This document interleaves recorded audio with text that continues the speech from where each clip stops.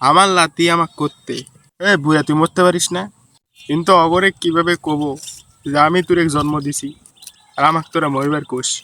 বয়স তো বেশি হয়নি, মাত্র 60।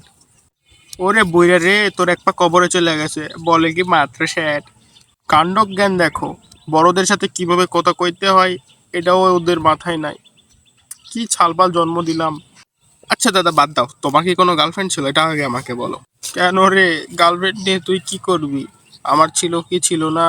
আরে বলোই তো, তারপর তোমাকে বলছি, তুমি একবার বলো তোমার ছিল কি ছিল না। সত্যি কথা বলতে আমি ছোটবেলাতে অনেক ভদ্র ছিলাম। আমি কোনো মেয়ের দিকে তাকাইনি, কোনো মেয়ের দিকে তাকাইতাম না। এত ভদ্র ছিলাম, মেয়ে দেখলে রাস্তার পাশ দিয়ে হেঁটে চলে যেতাম, দূর থেকে দেখতাম। তবে আমি অনেক ভদ্র ছিলাম তো, তাই মেয়েদের সাথে কথা কইতাম না, ওই জন্য আমার গার্লফ্রেন্ড হয়নি। তারপর তো তোর দাদিকে বিয়ে করেছিলাম বাড়ি থেকে, যখন 25 বছর বয়স হয়েছিল তখন বাড়ি থেকে বিয়ে দিচ্ছিল। এত ঘুরা পেঁচা করার দরকার কি?